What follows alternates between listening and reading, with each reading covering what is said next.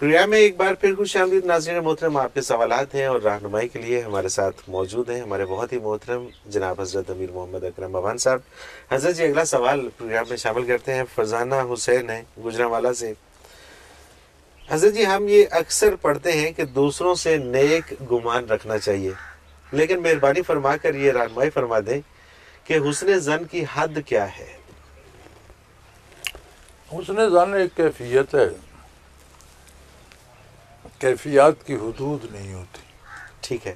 ہر بندے پر جو کیفیت وارد ہوتی، ایک ہی کیفیت ہر بندے پر مختلف انداز میں آتی. بالکل. تو آپ اس کی کوئی سٹیشن یا لمٹ یا حد متعین نہیں کر سکتے. ٹھیک ہے. حسن ظن سے مراد یہ ہے کہ آپ کسی دوسرے مسلمان سے اسی کردار کی توقع رکھیں جو مسلمان سے ہونی چاہیے. بالکل ٹھیک. لیکن اس کا یہ مطلب نہیں کہ آپ اپنی حفاظت سے غافل ہو جائیں یا آپ اپنے حقوق سے غافل ہو جائیں. اپنے حقوق کی نگہداشت کرنا آپ پر فرض ہے. صحیح. کل یہ نہ کہیں جی میں نے اس نے ظن کیا تھا وہ میرا کروڑ روپے آپ نے کیوں دیا؟ اس نے ظن پہ نہ دیں، کردار پہ دیں. بالکل ٹھیک ہے. یعنی دوسرے سے امید یہ رکھیں کہ یہ بھی اچھا بندہ ہے. صحیح. اور جب تک اس سے کوئی غلطی ثابت نہ اسے غلط نہ کہیں. لیکن اس کا یہ مطلب نہیں کہ آپ اپنی ذمہ داریاں چھوڑ دیں، ساری حسن ظن پہ چھوڑ دیں کہ آپ یہ اس پہ مجھے حسن ظن ہے تو یہ تو پھر آپ اپنا فرائض کو کوتاہی کر رہے ہیں.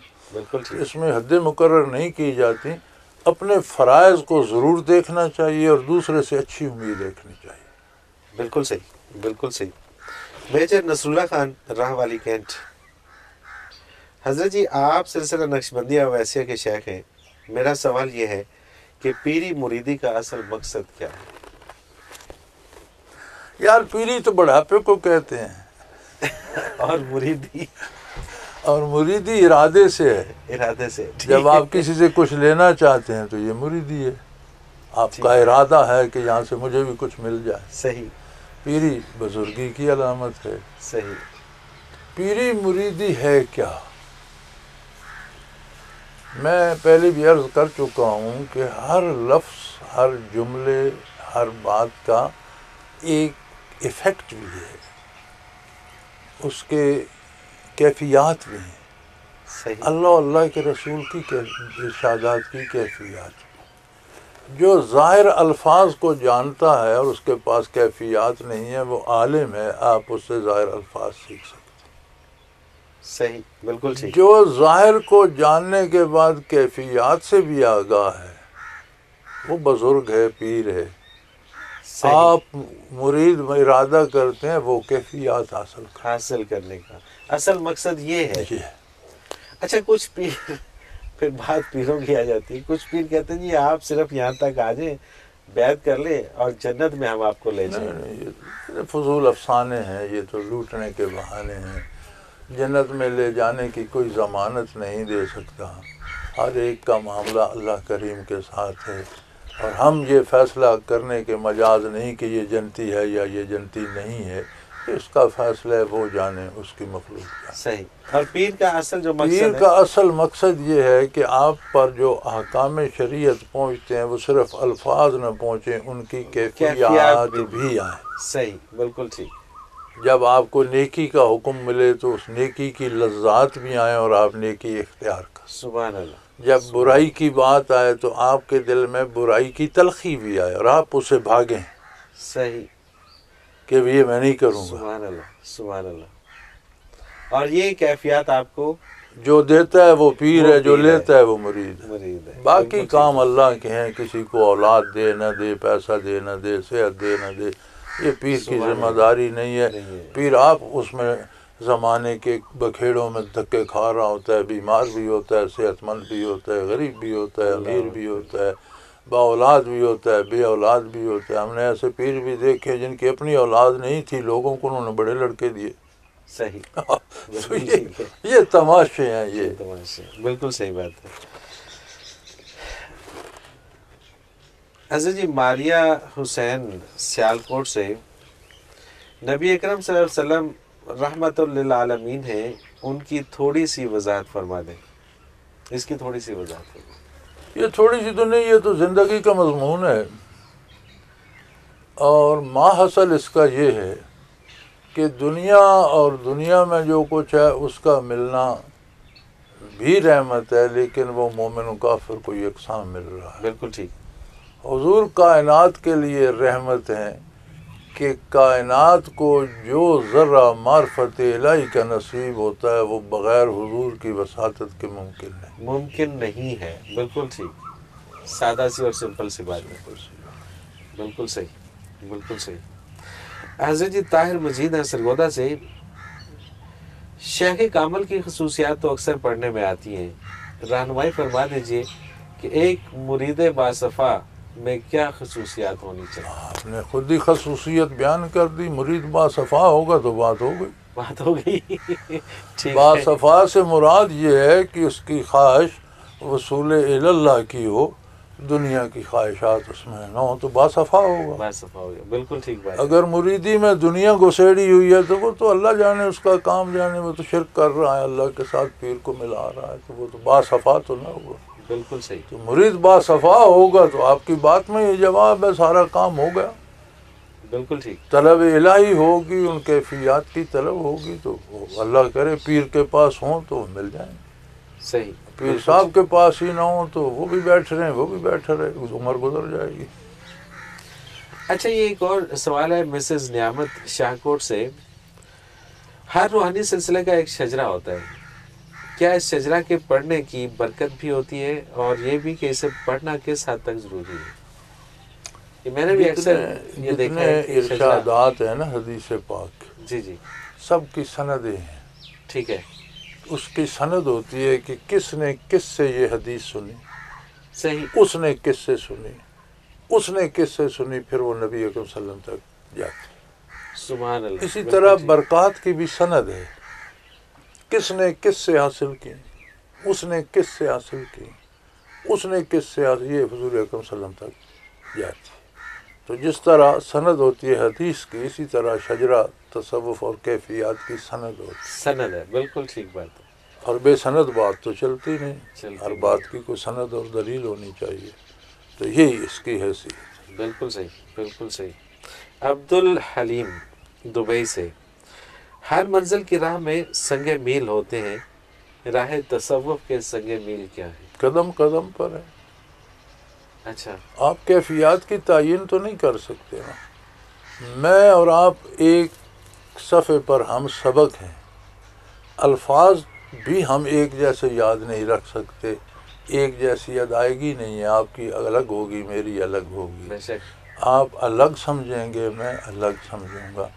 اسی طرح جو ان الفاظ سے کیفیات آتی ہیں وہ آپ کی الگ ہیں، میری الگ ہیں، آپ کے سنگ میل مختلف ہیں، میرے سنگ میل مختلف، بے شک، بالکل ٹھیک بات۔ ہر ایک کے اپنا اپنا حال ہے، اور قدم قدم پر سنگ میل ہے۔ جہاں آپ کو یقین لے جائے وہ سنگ میل ہے، اس سے آگے جس حقیقت تک لے جائے وہ دوسرا سنگ میل ہے۔ سبحان اللہ۔ تو حقائق منکشف ہوتے چلے جاتے ہیں، سنگ میل بنتے، اور اس کی کوئی حد نہیں ہے، حد نہیں، منزل اس کی۔ ریحانہ ایوب فیصل آباد سے، ہر راہ کے مسافر کو کوئی نہ کوئی خطرہ درپیش ہوتا ہے، راہ تصوف کے مسافر کے لیے سب سے بڑا خطرہ کیا ہے، اور اس کا سد باب کیا ہے؟ سب سے بڑا خطرہ صوفی خود ہوتا ہے۔ وہ کیسے؟ جب خود کہیں دنیا کی طرف میل کر جائے گا تو تباہ ہو جائے گا۔ اچھا جی، یہ مجھے آپ دنیا، کیونکہ میں نے اکثر جب بھی آپ سے بات کرتا ہوں آپ دین اور دنیا کو اکٹھا رکھتے ہیں، دنیا کی طرف مائل کر جانا، اس سے کیا مراد ہوتا ہے؟ ناجائز وسائل سے دنیا حاصل کرنا۔ اچھا، کیونکہ اکثر لوگ نا اس کو پھر دوسرے اس پیرائے میں لے جاتے ہیں کہ شاید دنیا تو بالکل ہی چھوڑ دینی چاہیے، یا دنیا ہی دین ہے، وہی نا آپ کے یہاں تو یہی دنیا ہی دین ہے۔ لیکن اگر آپ دنیا کو لوگ میرا احترام کرتے ہیں تو میں اب ٹیکس لگا دوں کہ اس کے بدلے مجھے لوگ دولت دیں۔ صحیح، ٹھیک ہے، مطلب اپنے اختیارات کا ناجائز استعمال کروں، یا ناجائز طریقے سے لوگوں سے پیسے بٹور، میں یہاں اعلان کر دوں جو 10 لاکھ چندہ دے گا اس کو جنت کے ٹکٹ دیتے ہیں، اور ایسا ہو رہا ہے دنیا۔ بالکل ٹھیک ہے، بالکل ٹھیک ہے۔ تو پھر اگر وہ سیدھے راستے پہ بھی جا رہا ہے تو گر کر تباہ ہو جائے گا۔ تباہ ہو جائے گا، تو اول تو اگر سیدھے راستے پر ہے اللہ بچائے تو اس طرف آتے نہیں، کوئی آ جائے تو پھر سیدھا راستہ رہتا نہیں۔ اللہ اکبر۔ تو سب سے بڑا خطرہ وہ خود ہے، اپنے آپ سے اپنے آپ کو سلامت رکھے۔ ہم جا رہے تھے دبئی سے ابوظہبی اور رات کا وقت تھا، تو ان لوگوں کے ذرا معاملات زیادہ مضبوط ہیں، تو ٹریفک تو دھند بھی تھی، تو ٹریفک پولیس والے سپیڈ کنٹرول کر رہے تھے اور کہہ رہے تھے کہ اشارے چلا کر چلو، ڈبل اشارہ چلا کر چلو، صحیح، دور سے پتہ لگے گاڑی آ رہی۔ تو میں نے کہا کہ یار یہ آج تو قدم قدم پر تنگ کر رہے ہیں، عمر ایسا ہوتا نہیں۔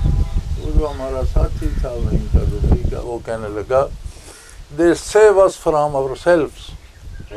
بالکل ٹھیک بات، یعنی اس کا جملہ مجھے ہمیشہ یاد رہتا ہے، اس نے کہا they save us from ourselves، کہ ہم خود کہیں ٹکر مار کے خود کو قتل نہ کر لیں، تو you have to save yourself from yourself۔ بالکل ٹھیک بات، بالکل ٹھیک بات۔ اور اس کا جو اگر سادہ سے الفاظ میں یہ بھی کہا جا سکتا ہے کہ اگر دین کی راہ پر چلتے ہوئے مقصد یا دنیا میں رہتے ہوئے بھی اگر مقصد قرب الہی ہے تو پھر وہ ٹھیک ہے، اور اگر دین کی راہ پہ چلتے ہوئے مقصد دنیا ہے، اپنی بڑائی ہے، اپنے پھر وہ پھسل گیا، اپنے زوم میں آ گیا، میں بہت پارسا ہوں، لوگوں کو میرے ہاتھ پاؤں چومنے چاہیے، میں بہت پارسا ہوں، مجھے مقام مل گیا تو اس سے میں دولت اکٹھی کر سکتا ہوں، تو وہ پھسل گیا۔ تو اپنے آپ سے ہی خطرہ ہے، اپنے آپ پہ کنٹرول رکھے تو کوئی کچھ نہیں بگاڑ سکتا۔ صحیح۔ مستور اسلام آباد سے، ایک مومن کو دنیاوی اسباب کا کس حد تک اہتمام کرنا چاہیے اور ان پہ کتنا بھروسہ رکھنا چاہیے؟ جس حد تک ممکن ہو اسباب کرنے چاہیے، جو اس کے وسائل میں ہے وہی انہی کا مکلف ہے۔ بالکل ٹھیک ہے۔ جو اس کے بس میں نہیں اس کا تو وہ مکلف نہیں۔